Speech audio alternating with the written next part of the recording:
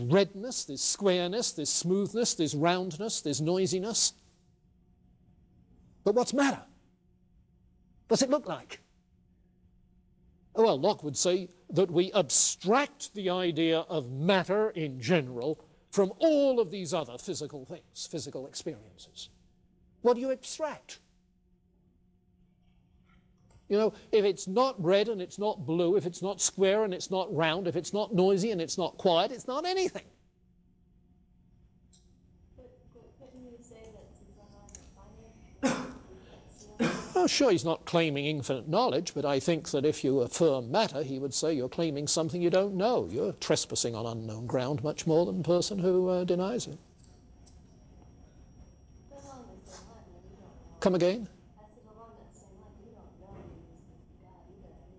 Oh, he thinks that it's possible to demonstrate the existence of God. But you can't demonstrate the existence of matter. Remember the setup. You see, from Descartes on, this is the setup.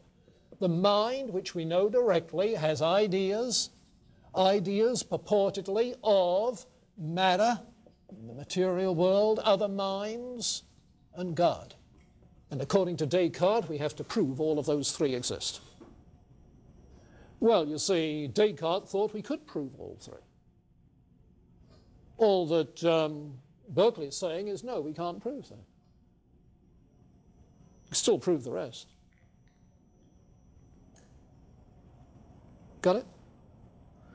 Now, you wanted, what's his argument? One, about abstract ideas. Second, about primary and secondary qualities. Yes, sir.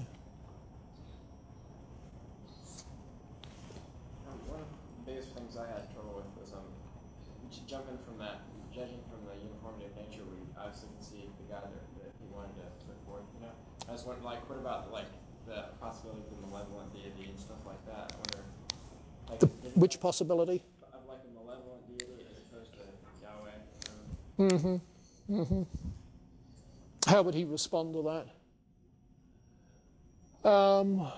I think, I'm trying to answer this in the context of his time.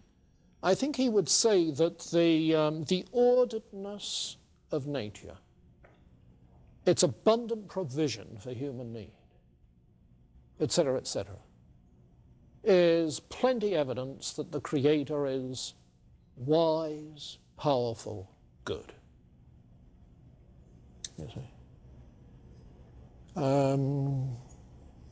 Yeah.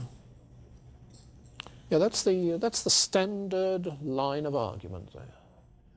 What does the causal argument for the existence of God suggest about God?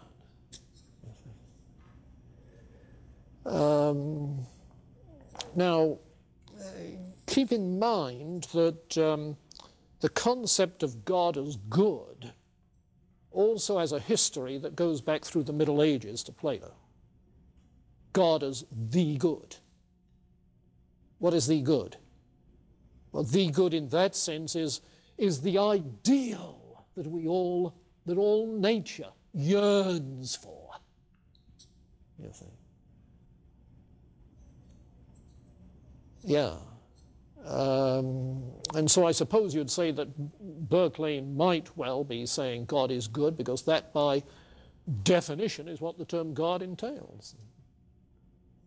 The whole concept of God is of the good. To speak of a malevolent God is not to speak of God. You see, it's to speak of a non-God. The reason I asked that is because some of this kind of reminds me, and I don't know much about this because we haven't got there yet, I guess, but in an intro class we talked about that brains in a vat thing and how it's a possibility of that, and that's kind of what it sounds like almost. Yeah, except it's not brains in a vat, it's minds in a vacuum.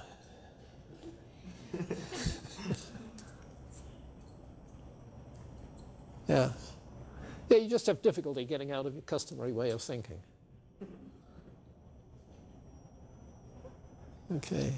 I have a question about the concept of matter in itself.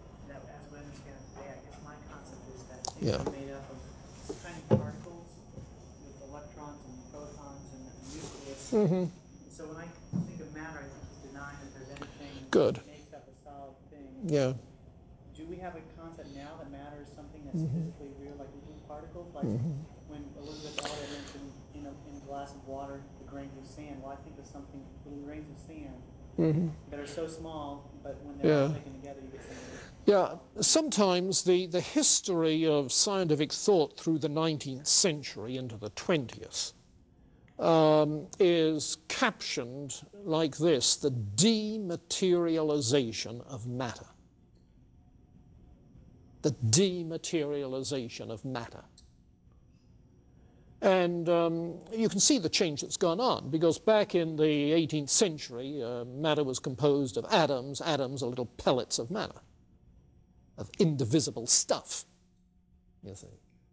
Well, that changed as we began to talk about the structure of the atom, as we began to see that E equals mc squared, that matter is not an ultimate in that sense. The principle of the conservation of matter, that it cannot be created and cannot be destroyed, of Newtonian physics, gave way to the principle of the conservation of energy. You see. So I think it's fair to say that contemporary physics does not have the concept of matter that they had in the 18th century. You see. Having said that, a lot may hinge on how you handle theory of submolecular particles. You see. Are they solid, indivisible pellets, or are they spurts of energy that have pellet-like behaviors?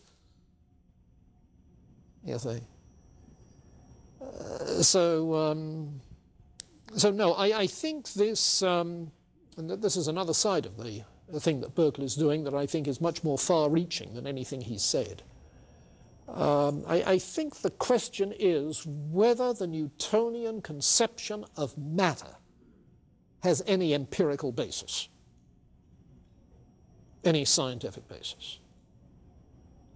Now, we've been concentrating on what he says about matter, but in his reply to objections that you've been reading, you may notice he speaks not only about matter, but about force and space and time. Now, if all four of these key Newtonian concepts are without empirical basis, what happens to Newton's claim to be doing empirical science? You see? Is there any empirical basis for Newtonian science? Berkeley says no. David Hume says no. Immanuel Kant says no. You see? Which means when post-Newtonian science began to develop, the ground was ready for it. Now, there's another, I was going to say quirk, but that's too near a quark to use at this juncture. There's another little tidbit that comes into this, which is the question of whether matter itself is conceived of as being passive, inert, or having some power, some potentiality that's in process, whether it's active or passive. You see. And it seems pretty plain that in Berkeley the emphasis is on passive. Yeah. Very passive. In some of the continental thinkers it became more active. And of course in Leibniz the activity is there such that matter is not the basic forces. But that conception of matter as passive, devoid of any potency that has capacity to do something, is alien to earlier conceptions of matter in the Platonic Aristotelian tradition. You see. Oh, you find it in Democritus, the Greek atomist. And Sarah Miles in History of Science was saying yesterday afternoon that by the time you get to Lucretius, who's the Roman equivalent of Democritus, in Lucretius matter is active. Okay. But for Plato and Aristotle and the medievals in that tradition, matter is potency. Now drop the y off the end and matter is potent. You see. It has natural potentialities. There is an inherent teleology in matter itself, an inherent telos. So the loss of the teleological view of nature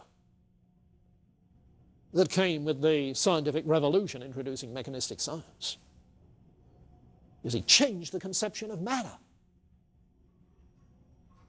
to something bare, passive, substratum. And Berkeley is seeing the problems in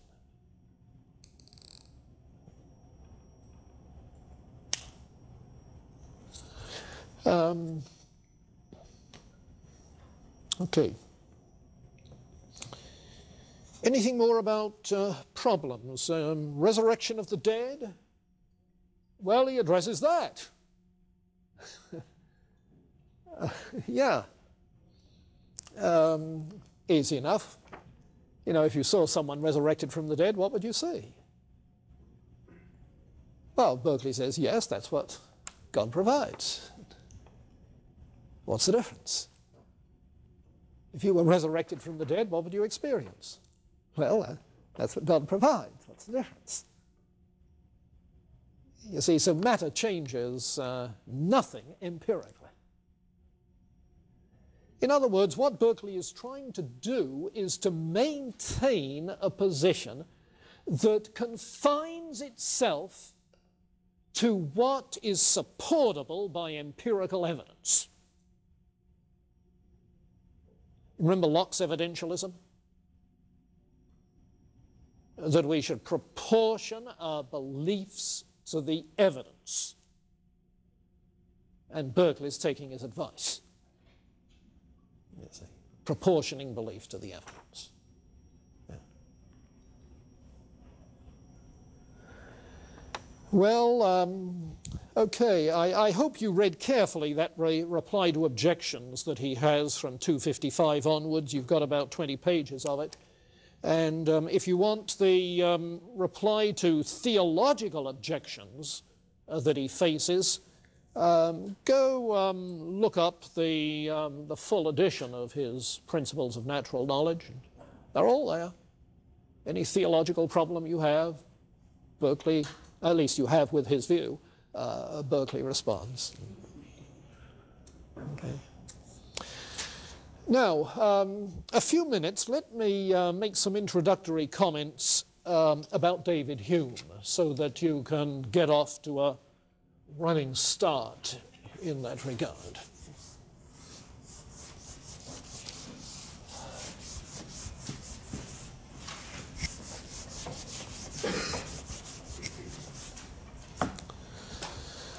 Now, of course, the three great British empiricists, Locke, Berkeley, and Hume.